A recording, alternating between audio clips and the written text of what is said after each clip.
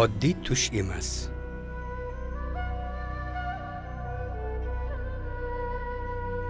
Halil hikoyasi.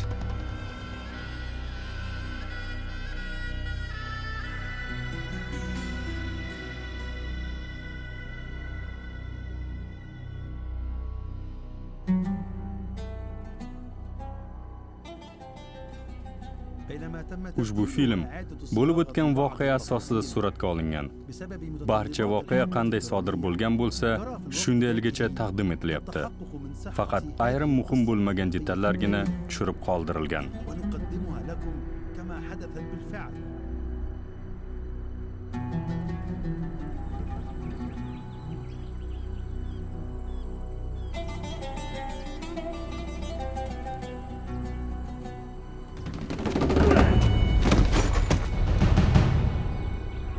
Asosiysi qo'qqisdan hujum qilish.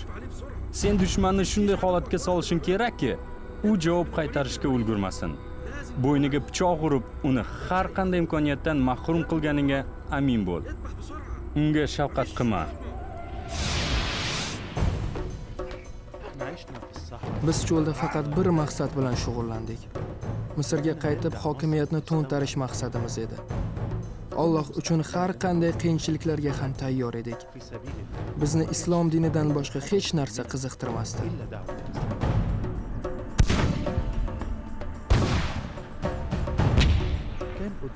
Bizda faqat ikkita yo'l bor edi. Birinchisi o'lib osmonga ketish yoki jangda g'olib chiqib yashash. Men mohir mergan edim. Snayper bo'lishni orzu qilardim.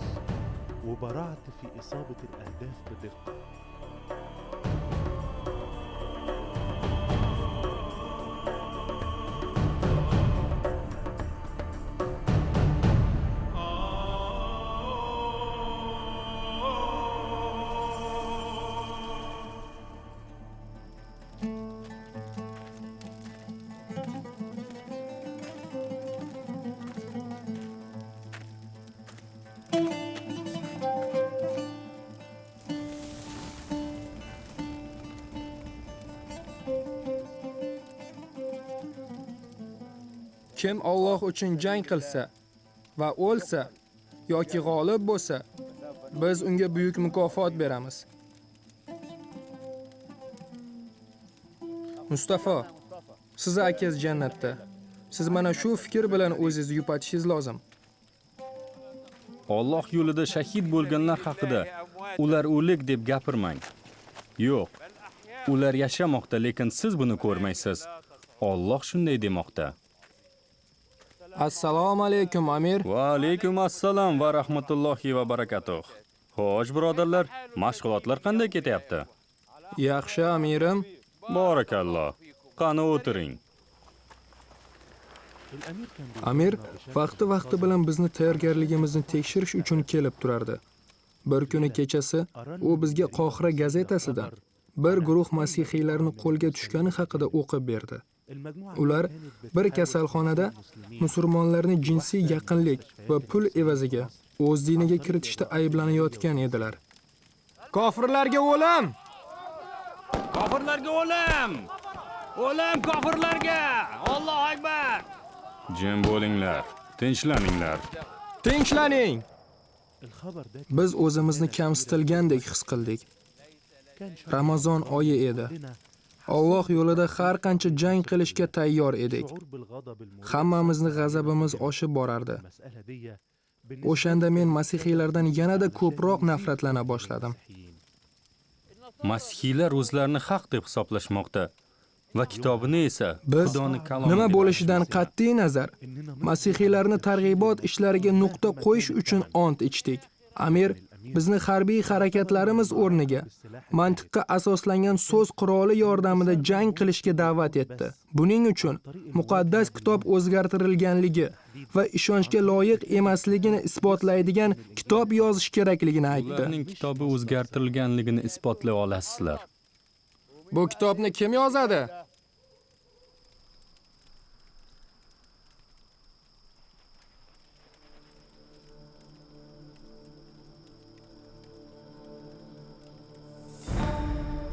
Sen nima? kitobdan qo'rqayapsanmi? Meni oyim masihiylar bu kitob bilan la'nat yog'diradi va afsungarlik qiladi deb aytardilar. Kitobni o'qigan odam esa la'natlanar ekan. La'nati! Men u kitobni o'qimayman. Yo'q, yo'q. Bunday bo'lish mumkin emas. Bahslashma Halil. Agar sen Allohga va oxiratga ishonsang, men aytgan ishni qilishing kerak. Yo'q, Amir. Bu ishni boshqa odamga topshiring. Yo'q, yo'q. Halil, Iltimos qilaman, Amir. Shu ishni boshqa odamga buyuring. menga qara Halil. Bu ishni sendan boshqa hech kim qila olmasligiga ishonchim komil. Sen buni uddalaysan. Lekin siz menga ularga o'xshashimni, ulardek fikrlashimni so'rayapsiz. Men qanday qilib bu ishni qilaman? Mayli, menga butun Misrdagi masihiylarni o'ldirishni buyuring. Lekin u kitobni o'qishni buyurmang. Hatto unga qo'limni ham tekkizmayman. Seni Allohga bo'lgan rashking kuchli, lekin bu rashk seni ko'r qilib qo'yibdi. Sen aqli hushingni yo'qotib qo'yibsan. Bu ishni qilganingdan keyin qanchalik hurmatga va obro'-e'tiborga ega bo'lishing haqida o'yladingmi? Masihiylarni va yahudiylarni yolg'onlarini sen birinchi bo'lib fosh qilasan.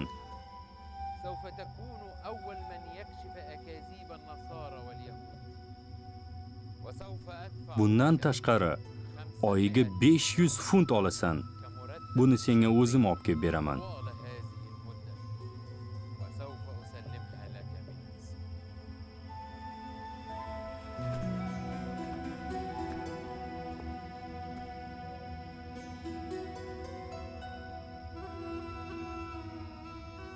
Biz cho'ldagi chodirimizni yig'ishtirdik va men uyga qaytib keldim. Ko'z ochib yumguncha bir oy o'tib ketdi.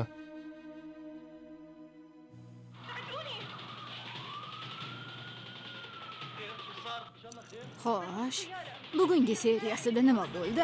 Boyagi bechora ayolning o'g'li ko'chaga yugurib chiqqanida uni mashina urib ketdi. Oyijon, keling birga filmni ko'ramiz. Yo'q, yomon bo'pti-yu. الحمد لله بس حبيت اقول لك اني اليوم صرت اخذت على الشيف تاعي سمعت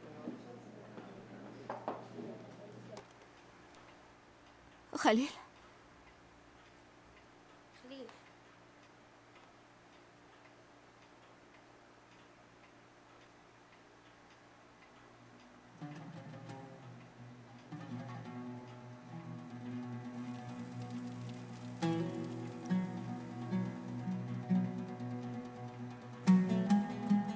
biz ko'rmayapmiz. Mana shuni ko'rmanglar deb 1000 marta aytdim sizlarga. Xalil, seningni urma. Yolg'onchilar!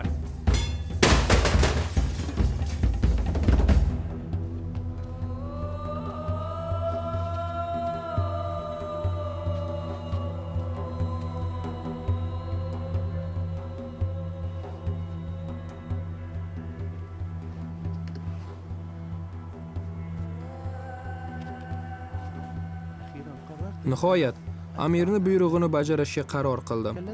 Unga bo'ysunishim va topshiriqni bajarishni boshlashim zarur edi. Lekin uni nimadan boshlashni bilmasdim.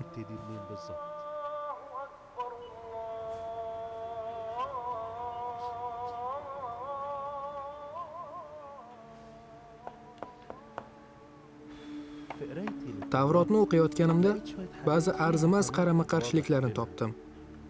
Shunda Qur'onda ham bunga o'xshash qarama-qarshiliklar ko'p ekanligini esladim.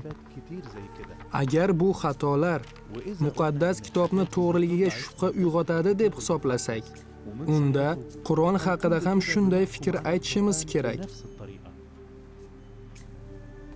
Shuning uchun jiddiy xatolarni qidira boshladim. Lekin bironta ham xato topa olmadim. Muqaddas kitobni boshidan oxirigacha o'qib chiqdim. Lekin maqsadimga erisha olmadim.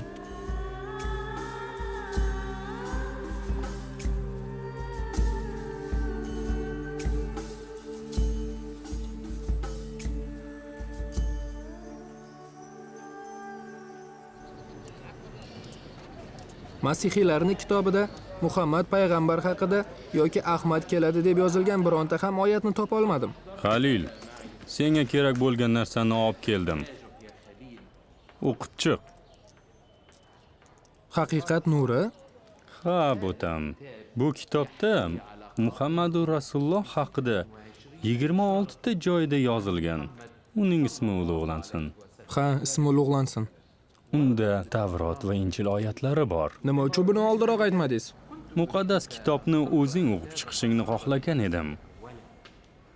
Chunki shundagina sening xulosalaringni hech kim inkor qila olmaydi. Halil, o'g'lim, sen yozayotgan bu kitob shu mavzu bo'yicha yozilgan birorta kitobga o'xshamasligi kerak. Alloh xohlasa, ajoyib natijaga erishamiz. Alloh esa buni xohlaydi. Gapimga ishon.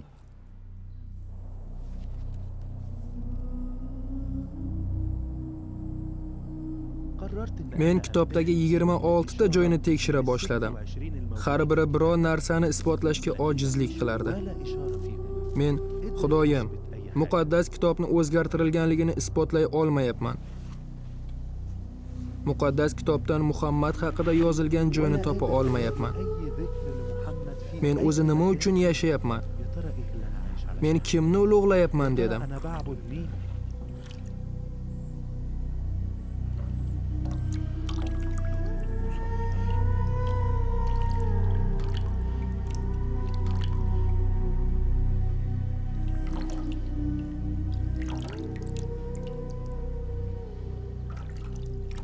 Agar muqaddas kitob to'g'ri bo'lsa, unda Qur'onning kelajagi nima bo'ladi deb o'yladim. Ularning ikkalasi ham to'g'ri bo'lishi mumkin emas. Chunki ikkalasi ikki xil yo'nalishda. Keyin Qur'on Xudoning kalomimi degan sarlavha ostida izlanishni va maqola yozishni boshladim. Tugatganimda sahifalar soni 300 ga yaqin bo'ldi. Bir kuni kutilmaganda Amir kelib qoldi. Keling, marhamat. Halil hozir chiqadi. Shu yerda kutib turing. Rahmat.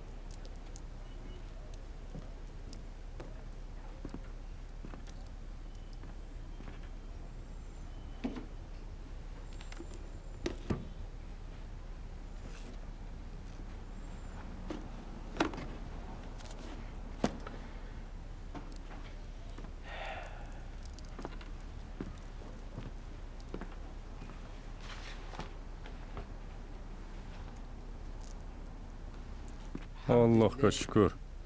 U nihoyat yozishni boshlabdi. Qur'on Xudoning kalomimi?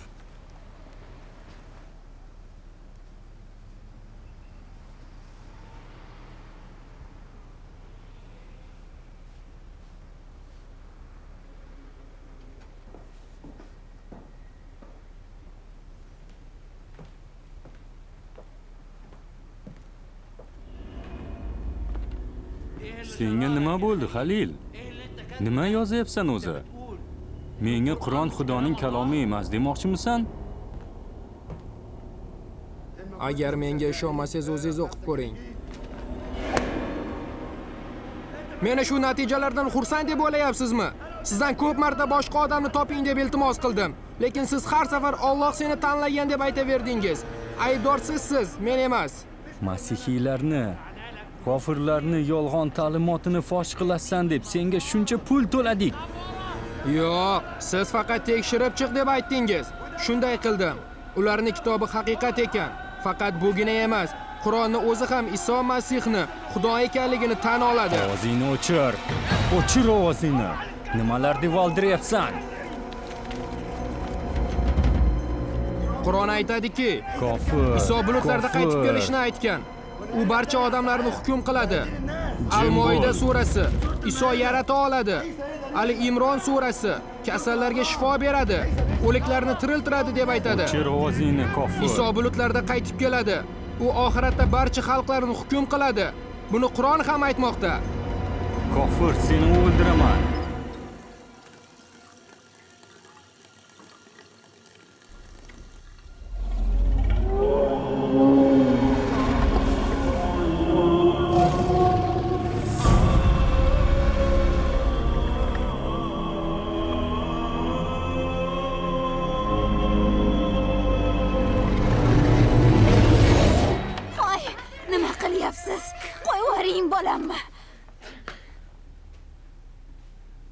Menga quloq sol. Shu daqiqadan boshlab bir-birimizni tanimaymiz. Guruhimizga seni bizdan qochib ketdi deb aytaman. Agar mana shu safsatalaringni yana kimgadir ko'rsatsang, seni o'zim o'ldiraman. Kofir. Kofir. Halil. Lekin men sizga aytaman. Dushmanlaringizni sevinglar. Sizni la'natlaganlarni marhamatlang. Sizdan nafratlanganlarga yaxshilik qiling. Va sizni quvg'in qilganlar uchun ibodat qiling. Yomonlik qilganlarga g'ashlik qilmang.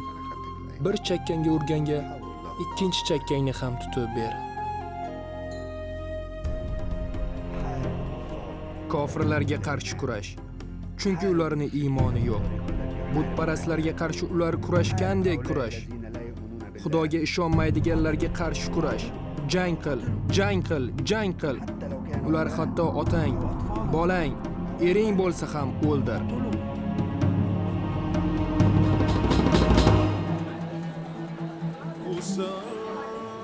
Xush kelibsiz. Yaxshi yuribsizmi?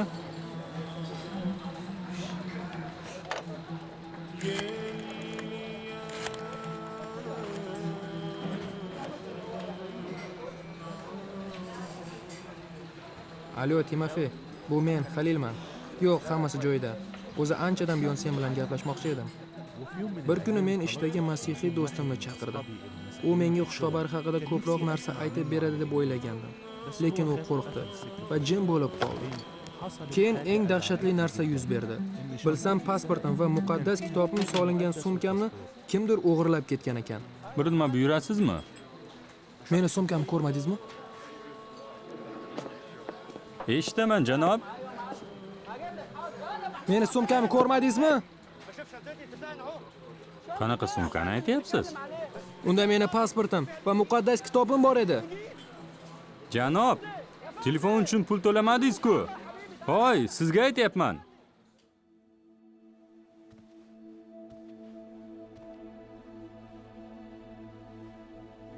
Ey Xudoyim, iltijo qilaman, meni tingla. Menga to'g'ri yo'l ko'rsat. Men faqat seni bilishni va butun qalbim bilan senga xizmat qilishni istayman. Seni bolaligimdan juda sevaman. Meni butun hayotim seni qo'lingda. Xudoyim, men juda chalkashib ketdim. Senga muhtojman. Sen yagona Xudo ekanligingni bilaman. Sen musulmonlarning xudosimisan yoki masihiylarning xudosimisan? Agar musulmonlarning xudosi bo'lsang, islomdan boshqa narsani fikr hayolimdan chiqarib tashla. Agar masihiylarning xudosi bo'lsang, unda seni ulug'lashim uchun yuragimni nuring bilan yorit. O'z yo'lingni ko'rsat. Haqiqatni ko'rsat. Iltijo qilaman, Xudoyim.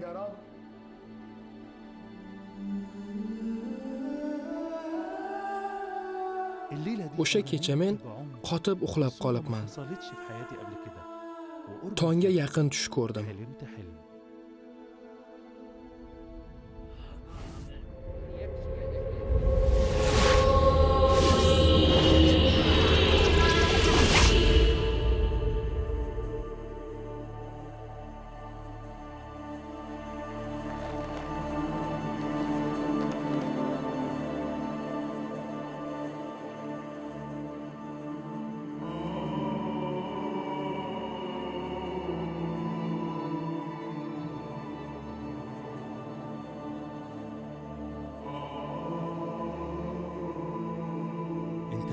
Haligacha meni deb shubhalanyapsanmi?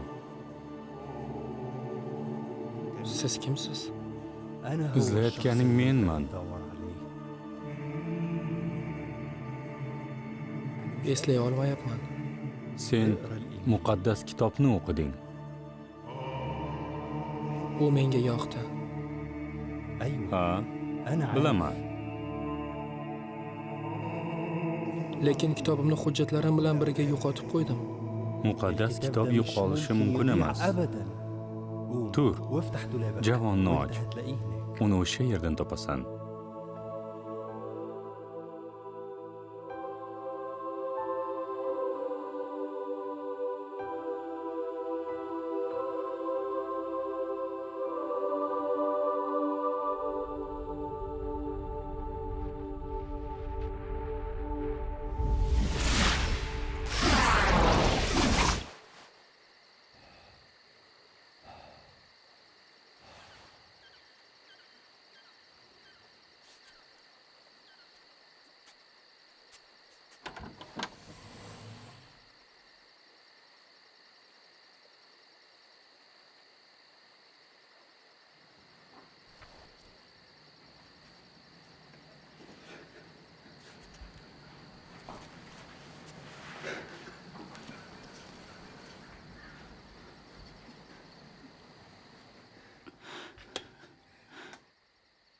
Halil, Oyijon, meni kechiring.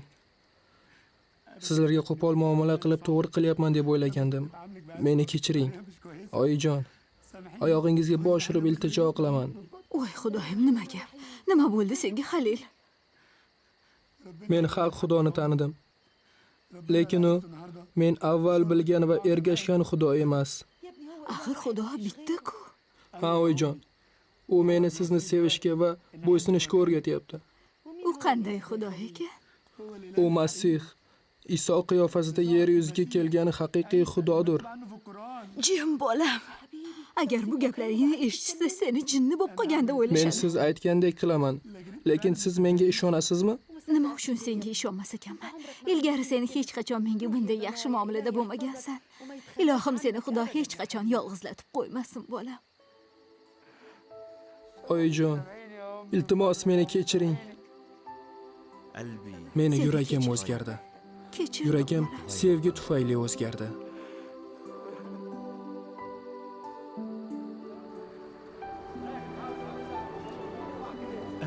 Men joyimga borib yotdim. Lekin ertalabgacha uxlay olmadim. Tong otgach, atrofimdagi hamma narsa ajoyib bo'lib ko'rindi. Yo'lda uchragan odamlarni, hatto meni yovuz deb o'ylaganlarni, masihiylarni quchoqlab o'pkim va ularni yaxshi ko'rishimni aytkim kelardi.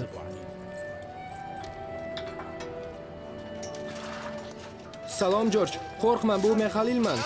Do'kon yopiq. Men sen bilan gaplashgani keldim. Do'konni hali ochmadim. Sendan kechirim so'rash uchun keldim. Iltimos, kechroq keling. Iltimos, quloq sol. Men oldingi Halil emasman. O'zgardim. Yoningga kechirim so'rash uchun keldim. Seni kechirishim kerak. Sen o'zgardingmi? Men seni kechirimingga loyiq emasman, lekin baribir kechirim so'rayman, chunki men o'zgardim. Halleluya. Bu nima degani? Vaqt kelib bilib olasan. Senga nima bo'ldi o'zi? Kir bu yoqqa. Men o'zgardim. Iltimos meni kechir. Kechir meni. Kechirdim. Qani hammasini bir boshdan gapirib ber.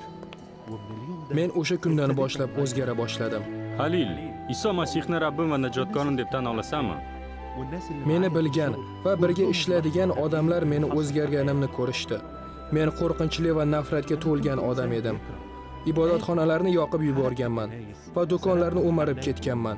Juda ko'p vahshiyliklar qilganimga qaramasdan, Masih hayotimni o'zgartirdi. Muqaddas kitobga amal qila boshlaganimdan buyon menda sevgi paydo bo'ldi.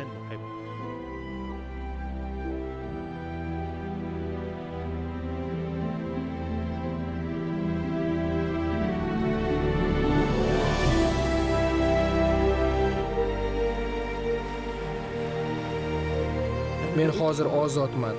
Iso meni ozod qildi. Masih men uchun hayot, o'lim esa yutuqdir. Avval meni hayotimni o'zligim va nafsim boshqarardi. Endi meni Masih boshqaryapti. Chunki endi Masihga tegishliman va hammasi yangicha bo'ldi.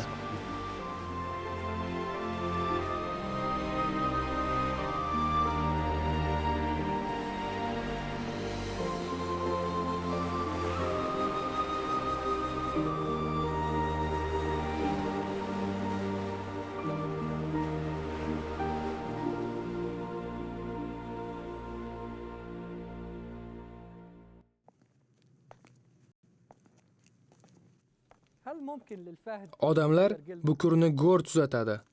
Sher qo'zichoq bilan yashay olmaydi. Nafratga to'la inson dushmanlarini seva olmaydi deyshadi. Halil koinot shahzodasi Iso Masih bilan uchrashmaguncha xuddi shunday fikrlarda. Bu bo'lishi mumkin emas deyishingiz mumkin.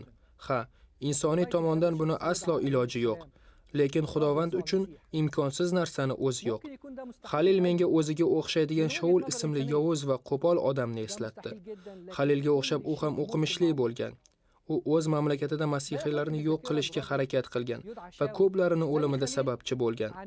Bir kun u bu ishlari bilan odamlarga emas, Xudovandga qarshi chiqayotganini bildi. Xudo uni tiz cho'ktirdi. Chorasiz holatda tiz cho'kkancha bu mag'rur va nafratga to'la odam hayajonlanib baqirdi. Rabbi, sen kimsan? Rabbi esa, men Isoman deb javob berdi. Sen meni farzandlarimga qarshi chiqqaningda menga qarshi chiqqansan. Bu kishi bugungi kunda Pavlus nomi bilan mashhur. U Injil kitobini deyarli yarmini muallifi. Shaulni yuragini nima o'zgartirdi? Halilni nima o'zgartirdi? Ikkalasini ham bir xil kuch, sevgi kuchi o'zgartirdi. Bugun men shu sevgi haqida sizga ham aytib bermoqchiman. Undan buyuk kuch yo'q. Aziz do'stim, Xudo sevgidir. Buni muqaddas kitob aytmoqda. Xudo hamma narsaga qodir, hamma narsani biluvchi va hamma joyda bor. Bundan tashqari Xudo sevgidir. Xudo hech kimni halok bo'lishini istamaydi, lekin hamma gunohlariga tavba qilishini va haqiqatni bilib olishini xohlaydi. U barchamiz bilan osmon shohligida birga yashashni istaydi. Ammo u Masihni najotkorim deb qabul qilishimizni istaydi. Endi eng muhimini eshiting. Menga diqqat bilan quloq soling. Halil tushida Isoni ko'rdi.